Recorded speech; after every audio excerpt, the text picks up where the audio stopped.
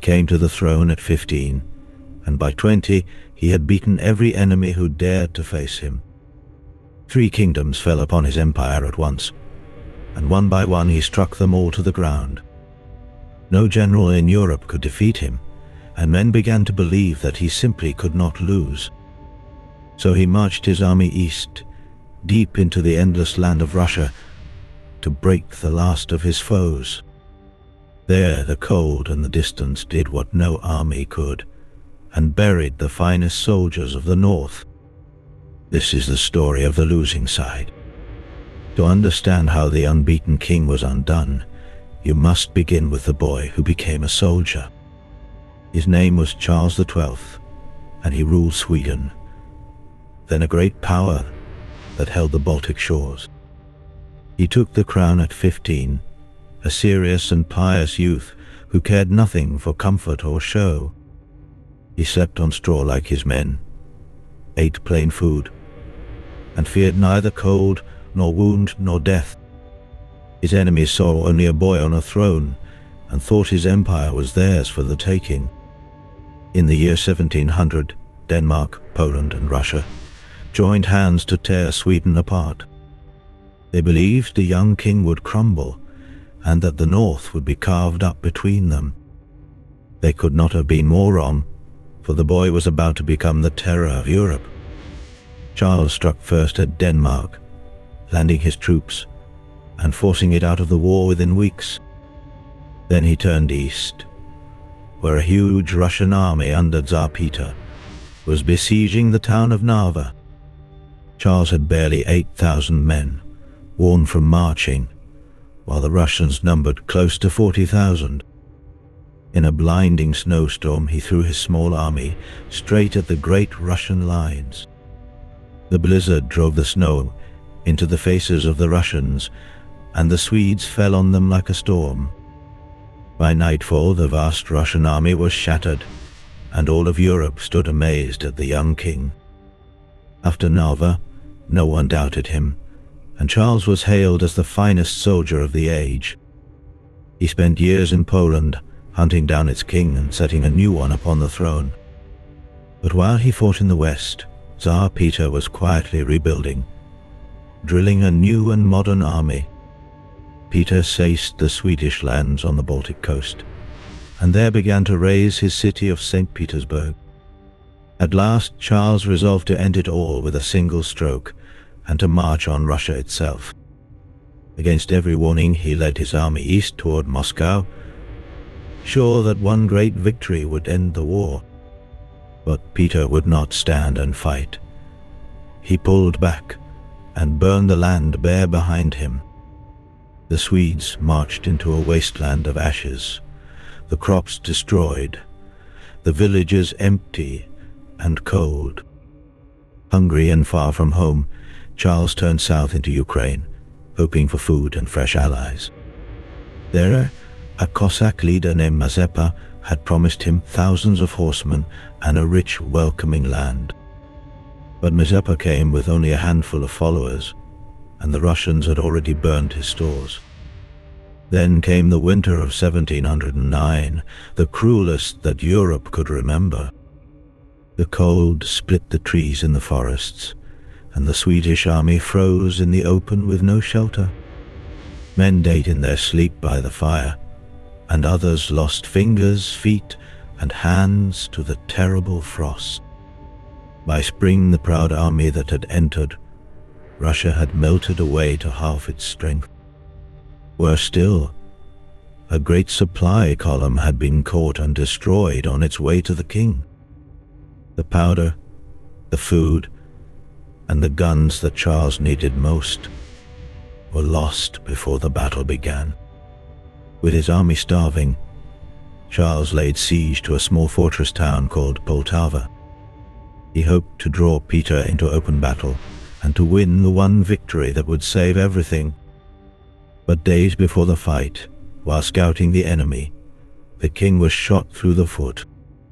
If the fall of the mighty moves you, take 1 second to subscribe and stand with the losing side. Now, at the greatest hour of his life, The unbeaten king could not sit a horse or lead the charge. Wounded and in pain, Charles was carried onto the field of Poltava on a litter slung between two horses. Before dawn, his army crept forward to storm the Russian camp, a wall of earthworks and heavy guns. But in the dark, the columns lost their way, orders went astray, and the attack fell into confusion. Whole regiments were cut off and destroyed before the main assault could even begin. As the sun rose, the Swedes charged the Russian line across open ground, straight into the cannon. Peter had 40,000 men, well fed and well armed, dug in behind ramparts, bristling with artillery. The Russian guns tore great holes in the thin Swedish ranks with every thunderous volley. Still the blue-coated Swedes came on with bayonet and pike, trusting as ever in cold steel. For a moment a line pierced the Russian front, and the old magic seemed to hold. But there were far too few of them, and the Russians closed in from every side. The Swedish attack broke apart, and the finest infantry in Europe was shot down where it stood. The king on his litter watched his life's work come undone in a single morning. His guards lifted him away as the army dissolved around him into a fleeing, broken mass. What was left of the army fled south to the river Dnieper, trapped with no way across. There, days later, some 20,000 Swedes laid down their arms and surrendered to the Russians. It was the end of the army that had once been the wonder and the dread of Europe. Charles himself refused to yield and slipped across the river with barely 1,000 men. He rode south into the land of the Ottoman Turks, a king without an army, an exile far from home. For 5 long years he lingered in exile, scheming to raise new armies that never came. While he was gone, his enemies fell upon his empire from every direction. Denmark, Poland, Prussia, and Russia carved away the lands that Sweden had held for a century. The Baltic coast, won by his forefathers, passed forever into the hands of the Tsar. The great northern power that Charles had inherited was crumbling while he could only watch. Poltava did far more than lose a battle. It broke the power of Sweden forever. From that day, Russia rose as the new giant of the north, and Peter took the title of emperor. The city he built on the captured coast, St. Petersburg, became the heart of a mighty empire. Sweden would never again be counted among the great powers of Europe. The king, who had never lost a battle, had lost an entire empire in a single campaign. His name, once a byword for victory, became a lesson in the ruin that pride can bring. He had trusted in his own invincibility and marched a whole nation's army to its death. At last, after years of exile, Charles made his way back to a kingdom worn down by endless war. He found Sweden exhausted, its treasury empty, its young men dead in far-off fields. Yet even now he would not make peace, and dreamed of new campaigns to win back what was lost. In the winter of 1718, he led an army into Norway, besieging a border fortress in the snow.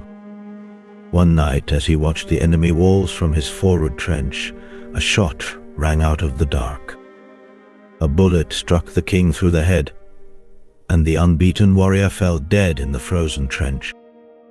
He was still a young man, not yet 40, though he had been at war almost his whole reign. To this day, no one knows for certain whether the shot came from the enemy or from his own side.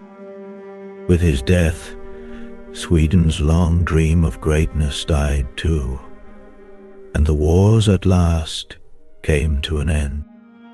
Charles the XII had been the most feared soldier in Europe, and he lost everything he set out to keep. He was never beaten on the field by a general his equal, only by winter, hunger, and distance. At Narva, he had shown the world what a handful of brave men could do against a host. At Poltava, he showed how even the finest army can be swallowed by a land too vast to conquer. He asked his soldiers to follow him to the ends of the earth, and thousands of them did, and died. The boy who could not lose had gambled a great empire on his own unbroken luck. And in the snows of the east, that luck and that empire ran out at last. He reached for a glory greater than any in the north, and found the grave of the losing side. This has been the story of the losing side.